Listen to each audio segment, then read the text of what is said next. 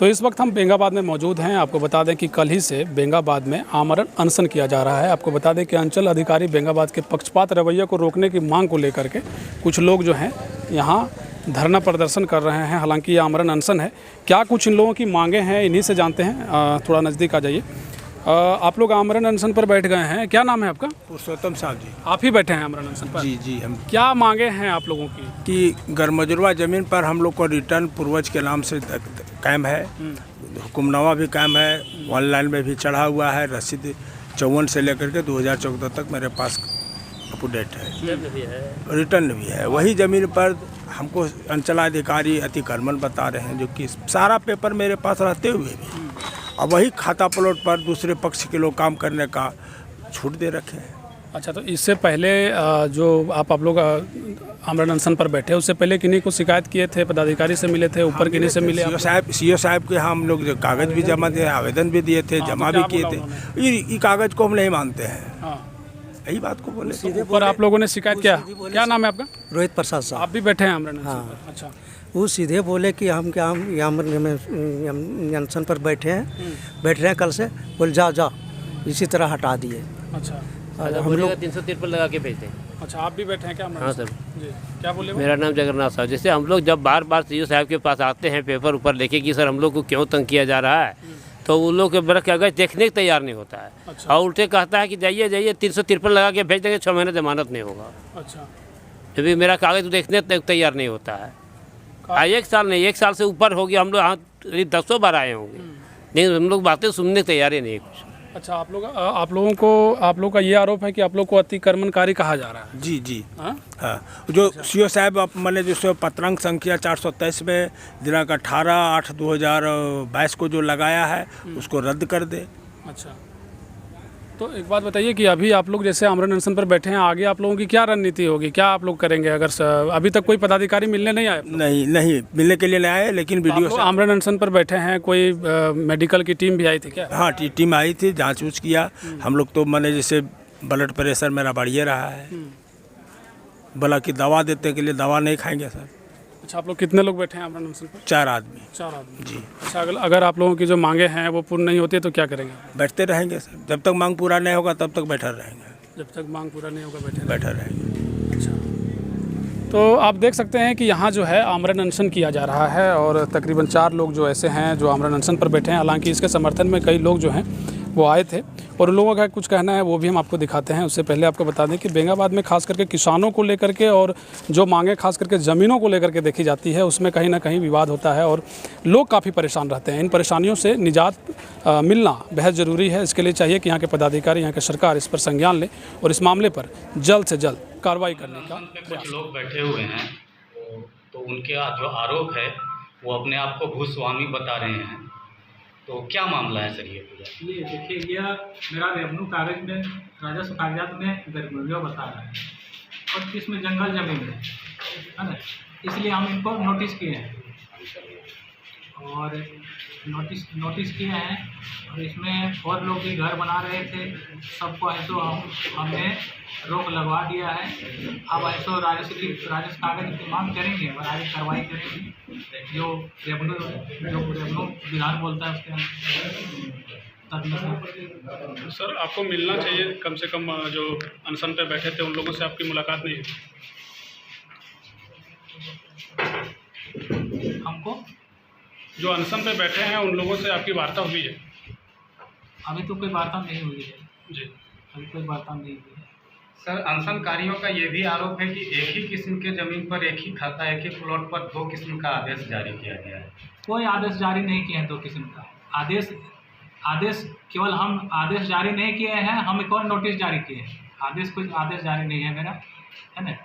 और उस पर जो भी हम जो नोटिस जारी किए थे, उसके अलावा मेरे यहाँ संज्ञान में आया कि दूसरा पक्ष का आदमी भी लोग ये घर बना रहे हैं, उसको भी रोक लगा दिया है। दोनों सभी को रोक लगा दी। सभी पर रोक लगा रहे है ना। उस प्लॉट पर जो भी निर्माण कर नया होगा, सभी पर रोक लगा देंगे। ठीक जी, आज आप आए हैं, आमरण अनशन चल रहा है, समर्थन में क्या कहेंगे? जैसा कि आप सभी देख रहे हैं कि कल से ही पुरुषोत्तम साहब जी के साथ साथ और उनके 3 लोग आमरण अनशन में बैठे हैं।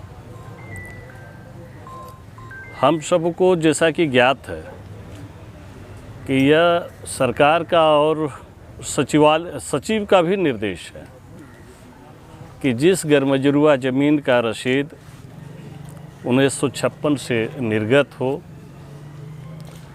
जिसका रिटर्न दाखिल हो, उसको रैयती की मान्यता दी जाती है। और ऐसा नहीं है कि ऐसा सरकारी महकमा के लोग नहीं कर रहे हैं, लेकिन जो रसूखदार लोग हैं, जो अवैध रूप से अंचल अधिकारी से लेकर कर्मचारियों को भेंट चढ़ा सकते हैं, उन सबों के लिए यह नियम लागू है। और वैसे परिवार जो इस गलत तरीके से अंचल अधिकारी हो, कर्मचारी हो या जिला के अधिकारियों को उनके मुताबिक चढ़ावा नहीं चढ़ाते हैं, उन सबों के साथ इस तरह की ज़्यादती आए दिन देखा जा रहा है। जैसा कि हमारे जिलाध्यक्ष जी, पूर्व विधायक जी ने पूर्व में बताया भी कि वहाँ जब कई परिवार बसे हुए हैं, वहाँ जब पेट्रोल टंकी बना हुआ है, अन्य लोग काम कर रहे हैं, और वैसे परिवार जो आज यहाँ धरना पर बैठे हुए हैं, आमरण अनशन में बैठे हुए हैं, आखिर किस परिस्थिति में, अगर यह अवैध हैं, पुरुषोत्तम साव जी उनके परिवार अगर गलत तरीके से ज़मीन पर हैं, तो अन्य लोग पर कार्रवाई क्यों नहीं?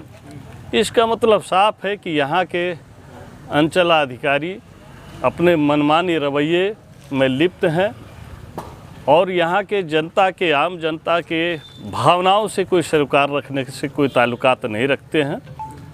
हम सभी भागीरथ साव जी हो या इनके पूरे परिवार हो, पुरुषोत्तम साव जी हो, इनके परिवार के साथ हम सभी खड़े हैं और जब तक इनका उचित न्याय नहीं होता है, हम लोग भी इनके साथ खड़े रहेंगे। धन्यवाद जी। ये आमरण अनशन को लेकर के बैठा गया, भूख हड़ताल किया जा रहा है, क्या कहेंगे? आप भी पहुँचे हैं यहाँ पर। कल से ही छोटकी खरडिया के भागीरथ साहब जी और उनके साथ और वहाँ के लोग, जिन लोगों का ज़मीन अपना है, अपना इस नाते है क्योंकि मैं आपको थोड़ा सा ब्रीफ में बताना चाहता हूँ कि वहाँ पर 85 एकड़ का बड़ा प्लॉट था और उसी 85 एकड़ में 4 एकड़ 80 डिसमिल ज़मीन खोभी साहब और नंदलाल साहब जी के नाम से है और इसका प्रमाण भी है, इनके पास रिटर्न है और 1954 से लेकर 2014 तक का रसीद भी निर्गत किया गया है।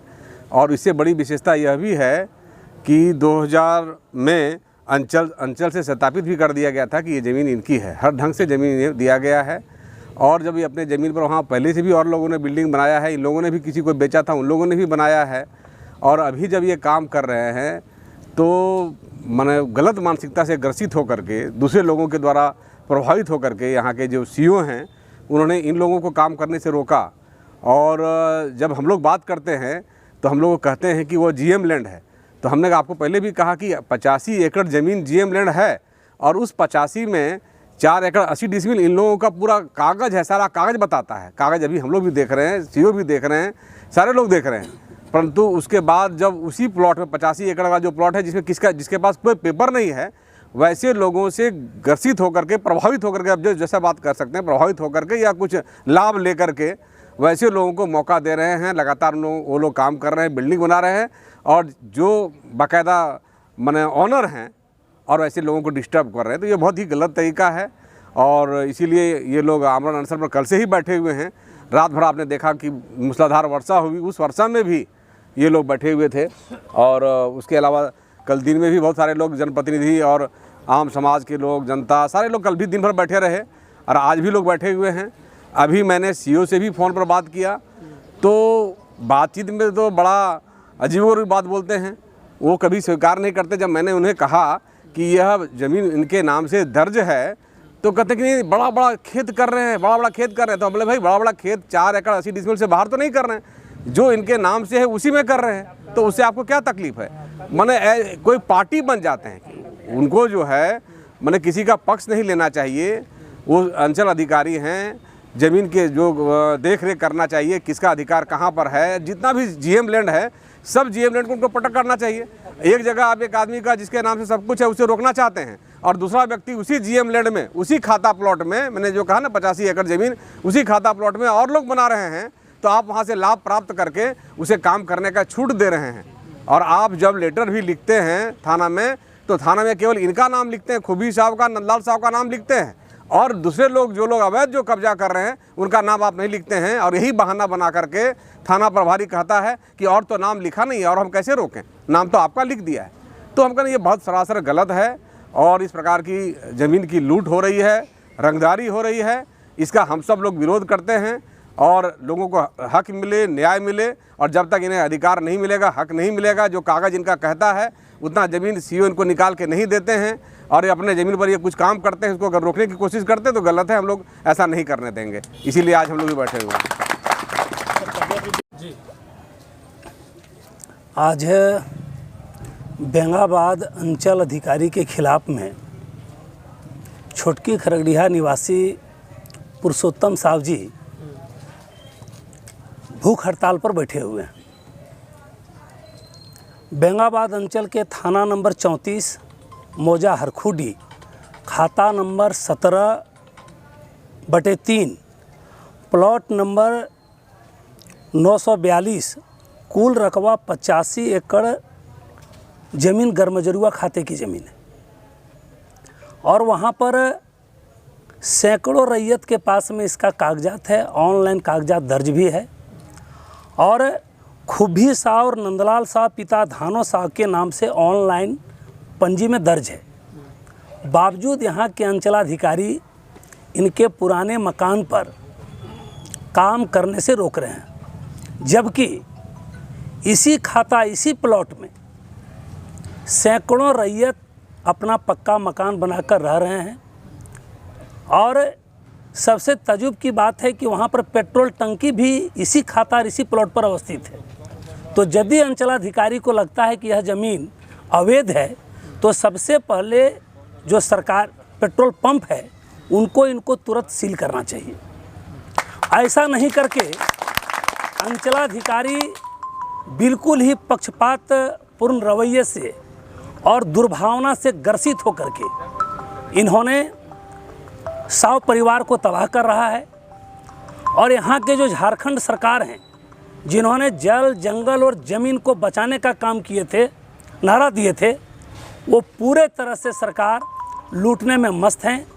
और इनका संरक्षण हम तो कह सकते हैं कि इनको राज्य स्तर से, शायद सीओ साहब बोलते हैं कि हमको राज्य स्तर से संरक्षण प्राप्त है। रैयत को बताते हैं कि आपको जहाँ जाना है जाइए, हमको जो करना है हम करेंगे।